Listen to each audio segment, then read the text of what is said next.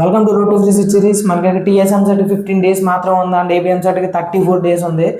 మీరు ప్రిపరేషన్ చేస్తున్నారా లేదా అని నువ్వు ఒక్కసారి అడుగు, నువ్వు పర్ఫెక్ట్గా చేస్తున్నావా లేదని.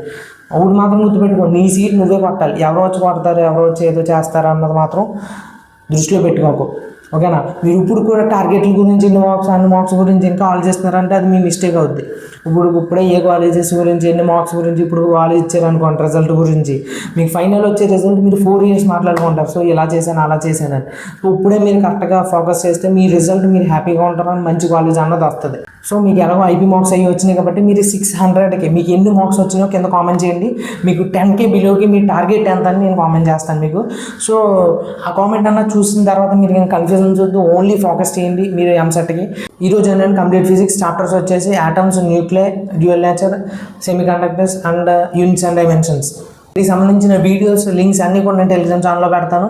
మీరు ఒక్కసారి టెలిగ్రామ్ ఛానల్లోకి వెళ్ళి టెలిగ్రామ్ ఛానల్ ఫాలో చేసుకోండి.